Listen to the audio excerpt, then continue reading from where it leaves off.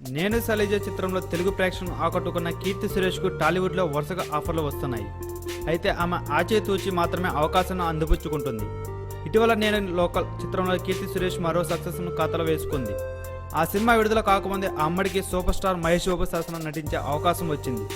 దర్శకుడు కొరటాల శివ ఈమెను పలుసార్లు చర్చలు సంప్రదింపులు జరిపాడు.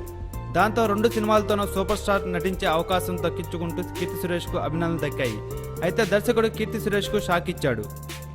నిన్న లోకల్ చిత్రంలో కీర్తి సురేష్ కాస్త ఎక్కువ లావు ఉందని, గ్లామరస్గా కనిపించేందుకు ఆమె ఆసక్తి చూపడం లేదనే ఉద్దేశంతో ఆమె స్థానంలో మరో హీరోయిన్ ఎంపిక చేసేందుకు ఏర్పాటు చేస్తున్నాడు కొరటాల శివ. మహేష్ బాబు సినిమా కోసం ఒక మంచి ఆఫర్ను కూడా కీర్తి సురేష్ వదులుకుంది.